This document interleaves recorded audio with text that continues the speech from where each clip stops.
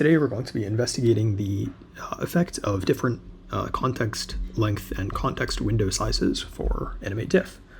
And we're doing this on Focal, which is just like the AnimateDiff that you would have in like Comfy or Automatic 1111, but it's hosted online and free. So, all right, we're going to go to Create,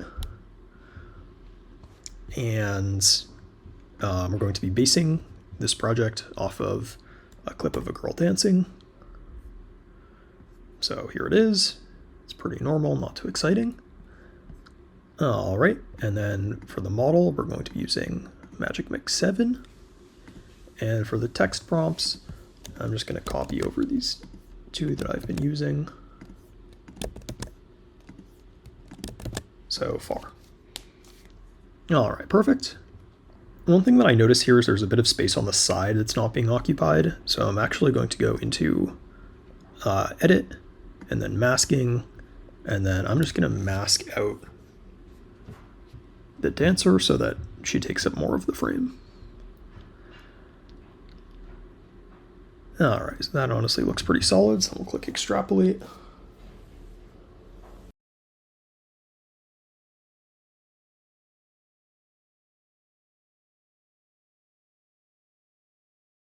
So looking at this, it looks like the masking basically worked, which is great. And then I'm going to go into cropping, and I'm just going to click crop in, which is basically going to get rid of any of this unused space on the side.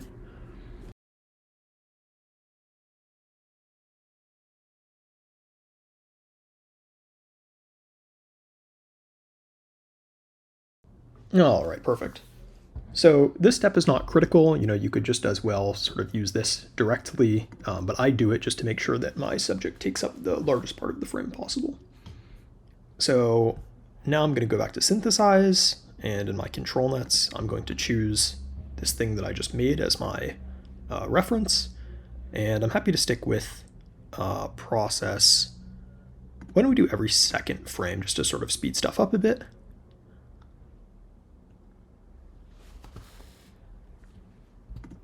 And why don't we just do a quick run of 24 frames and kind of see where we're at. Because this is a bit taller than it is wide, I'm actually going to go to custom and make this maybe, let's do maybe 1 to 2 and see where that gets us.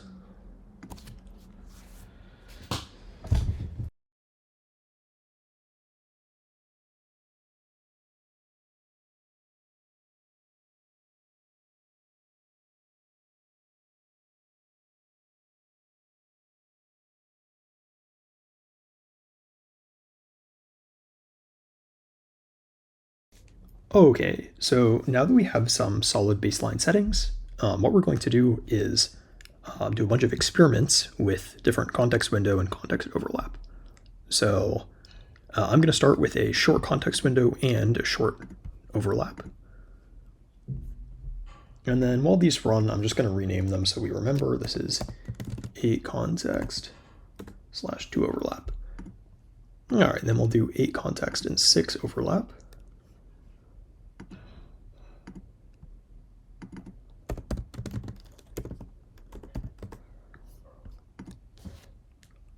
Okay, and then we'll do maybe one at 16 as well. So we'll do 16 with very short overlap.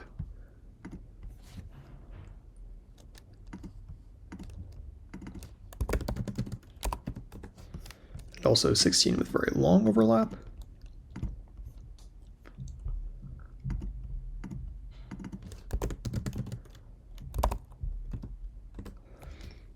And you can see sort of most of these are queuing, and whatever one is running here.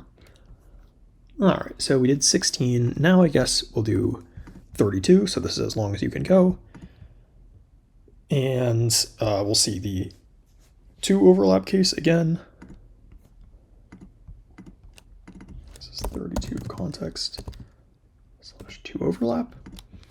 And then why don't we see sort of a more normal, so 8 frames is the sort of like a default setting you might use. So here's 32C / 80. You could also use half the size.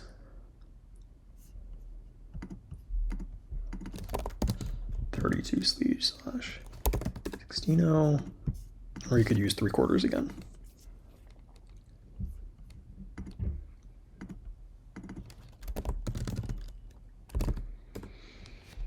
All right, so I'm going to let these 8 jobs run, and I'll see you back here when they're done. Okay, and now all these jobs have completed, so we can sort of look at them. Or if you want to look at them all at once, we can go over to organize, and you can just kind of see what we're dealing with here. All right, so there's a lot of sort of like theory about what's going on here that might help you understand what you're looking at. And if you're interested in that, you can stick around to the part of the video that's coming after this, where we really like delve into the sort of theory.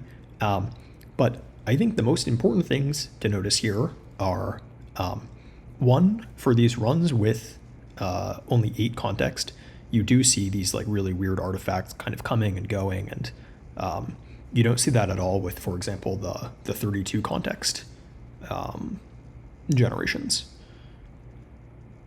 There does seem to be something broad going on here where the 32 context generations are almost a little bit more blurry.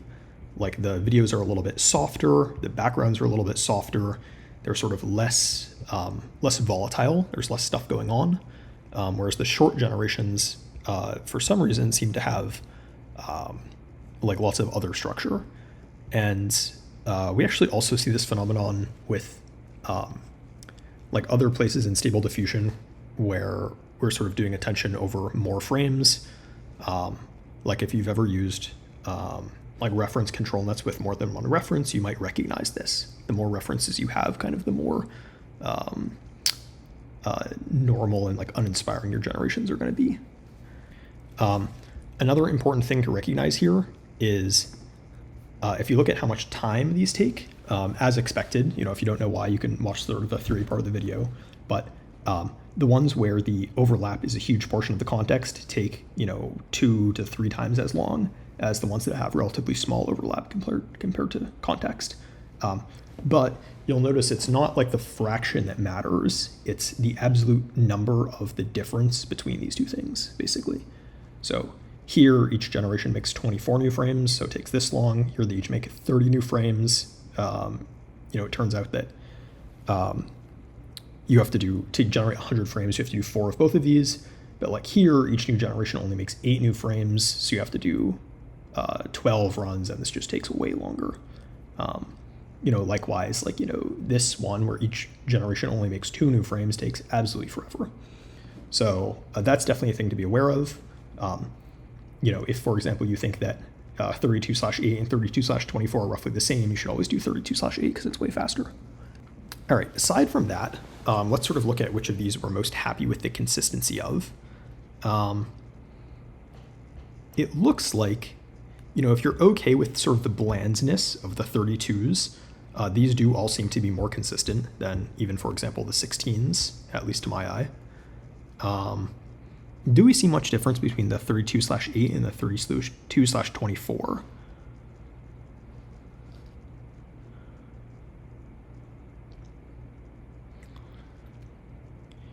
You know, to be honest, these look somewhat similarly consistent to my eye.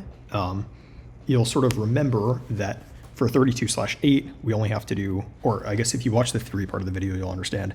For 32/8, we only have to do 4 segments to get 100 frames, but each has, you know, less context to work with. Whereas for 32/24, we have to do 9 segments to get the 100 frames, but each has a lot more of the previous thing to work with. You'll notice both of these, for example, have inconsistency in like the socks. Sometimes they become these little like knee bands. Yeah, it looks like this woman's sort of top is a little bit less consistent, but I think it's basically a tie between 32/8 and 32/24. Although I would say that 32/16 seems to be slightly better than both of them, at least as far as consistency in this generation went. So I think that's sort of a soft winner here. 32/16, if you can fit it all onto your GPU, seems to be pretty good. I'm guessing, for example, 24/12, maybe like 24/8 are also pretty solid. Okay, so that's all for the sort of the practical part of this video. You've sort of seen a bunch of these generations. You have some intuition for how they look different. I think in the next part of the video, we're going to look at sort of like a fundamental understanding of how AnimateDiff works, how context windows work, how generating more than 32 frames works, and hopefully that will sort of give you some intuition that underpins, why, for example, 8/6 takes so much longer than 8/2, or why there's more change going on here than there is here. So stick around if you're interested, but if you're just here for the practical stuff, it was great to have you. And as always, you can use Focal for free at focalml.com, and you can join our Discord and feel free to ask me any questions.